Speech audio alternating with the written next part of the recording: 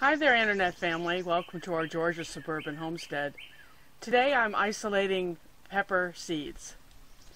I have a pepper patch here that has one of just about every species that I'm growing this year, from super hot to super sweet peppers, that I want to be able to save my seed for next year, so I don't spend an arm and a leg on someone else's seed. And to do that, what you need to do is to isolate the blooms before they open up. In a minute I'm going to turn the camera around and show you what that looks like, and then we'll make the isolation bags together. Now, if you didn't know, peppers are open pollinated, and what that means is if you plant several different species of peppers beside each other, your pollinating insects can go from bloom to bloom to bloom and cross-pollinate. And if you were to take the pepper pods from the results of that and try to grow them next year, it's not going to be true to form. You may have a sweet cross with a hot, and then you get something in between, or even super hot cross with a sweet, and you think you've got a bell pepper the next year, and you go to bite into it and it blows your head off. This is what happened at cross-pollinated. So you need to isolate your pepper blossoms before they actually open. So you look for stems with buds on it. Now, some people will create a whole tent and tent the whole plant. I don't like to do that because I feel it restricts the growth of the plant. So I find little branches or little nodes with a lot of pepper buds coming, and that's what I isolate. Peppers can also be pollinated by the wind, so you've got insects in the wind to think about. And then I mark the stems with either a twist tie or a straw that's been cut into segments.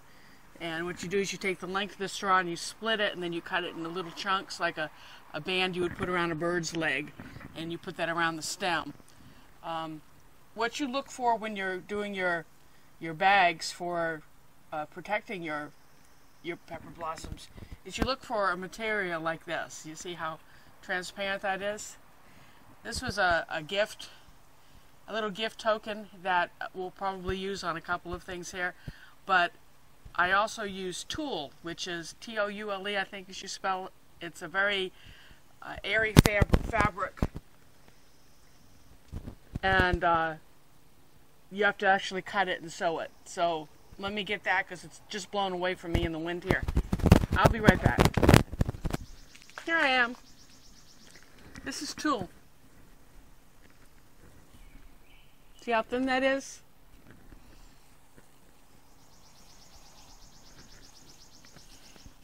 And you can buy it by the yard at your local fabric store. It's really not very expensive at all. So before I get cutting and creating a tent, let's look at the pepper blossoms so you get an idea of what I'm doing.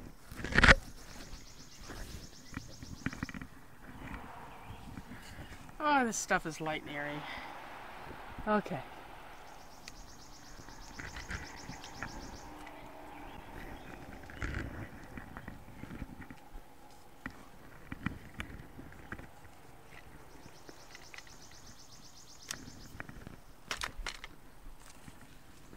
So, here we have a Berbere pepper from Ethiopia. And this is a spice pepper that is used in the Ethiopian Berbere spice mixture, or Berbere masala. And you see here we've got a bloom .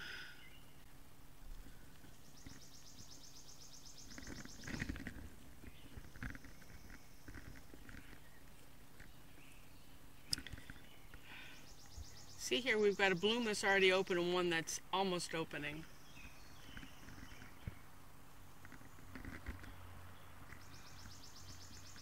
And on this branch,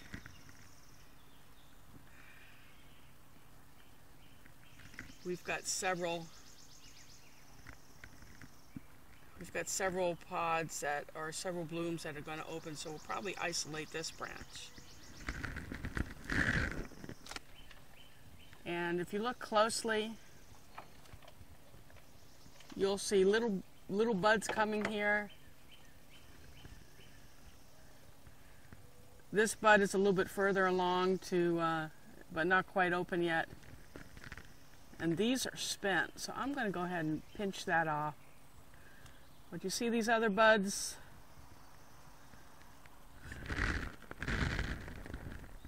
Right here.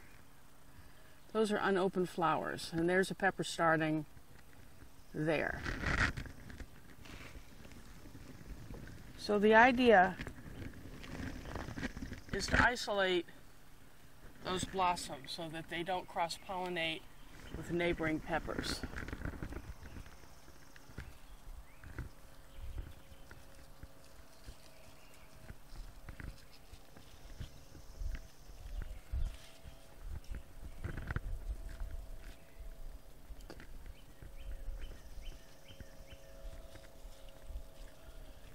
So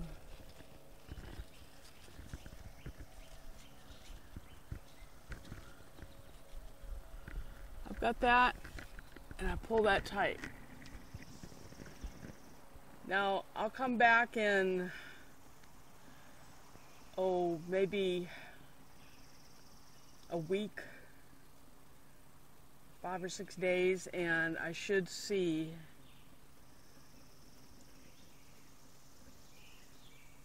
peppers like this forming. I'll keep checking until I do see them, and at that point I take the bags back off and either mark that branch with a piece of twine or twist tie, so I know from the twist tie forward that those are pepper pods that have been isolated.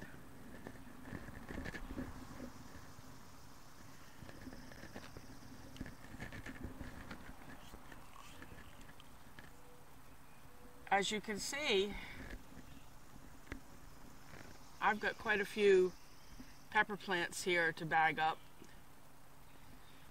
And each of these peppers is a different species. And again, they range from the ghost pepper, which is one of the hottest peppers in the world, to some sweet Japanese purple peppers.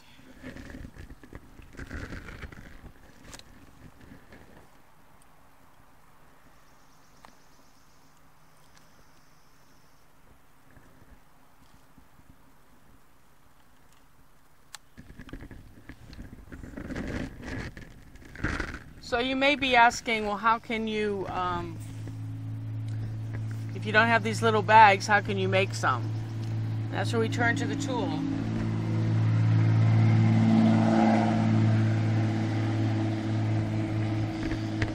Neighbors with loud trucks.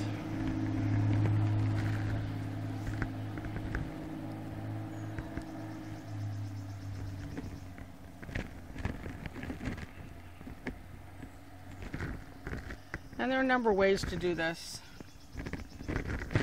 The main goal is to get enough fabric so that you can create a bag. And I just bunch some up.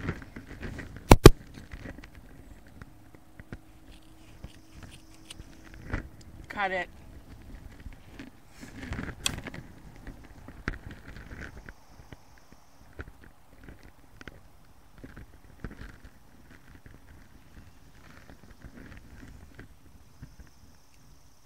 And those of you who do cross stitch know what DMC thread is. And I buy it by a spool in white or black.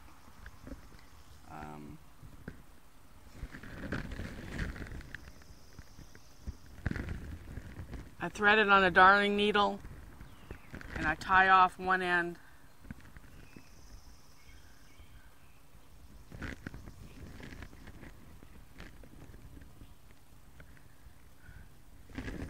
And using an in and out stitch, I go across one end of this little tent we just created.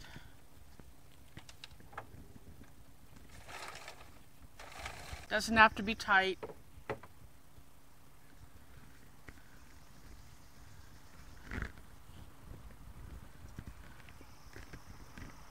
And if it's breezy, you will fight the wind.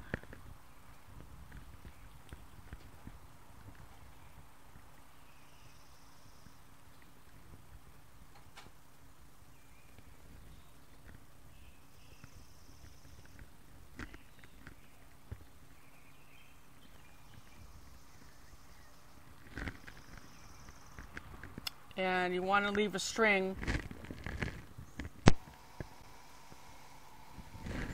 Okay. So what I've done is sewn up the two long sides, but I left a bit of an open skirt.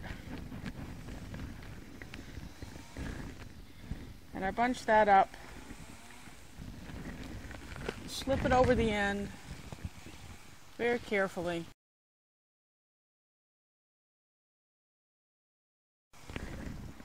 Then I take twist ties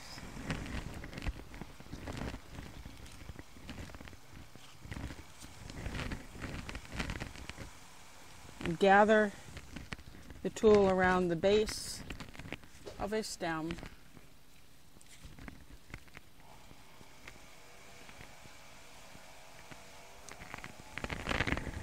And twist tie that together.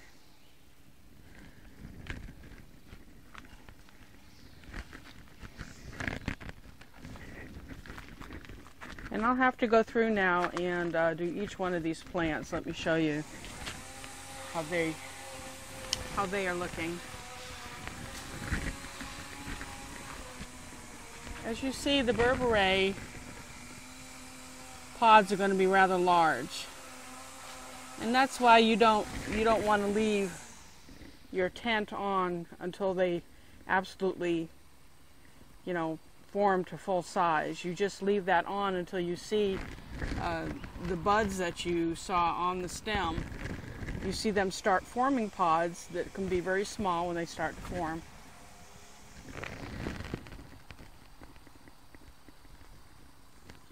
Where's my finger? So you can at this point, whenever the buds in here and in the larger tent get to this size, I'll take the tents off and keep the twist tie underneath, the stem that tells me from that point up is an isolated pod. And I'll be going through the whole garden here today and tenting things. Sorry, I threw my back out and I'm just a lot of paper. So this is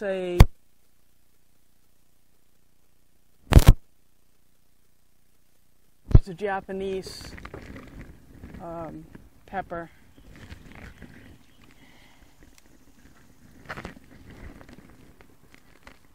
Look at that pretty thing.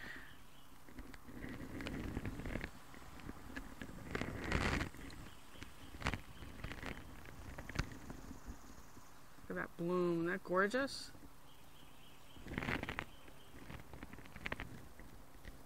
That's really pretty. Okay, looks like I've got a really bad case of gypsy moth tent caterpillars in my pepper patch. But all those bags are protecting little baby blossoms that are coming. So the peppers that will develop while they're tented will be true to form, true to seed. And so I'll be using that when I plant my plants that I sell next year. Okay, and my mic went out, so here I am saying to you, if you like what you're seeing, subscribe. If you really like what you're seeing, make a comment. But do subscribe, do hit that button down there, and give me a thumbs up, and hope you enjoyed what you saw. Until next time, see ya.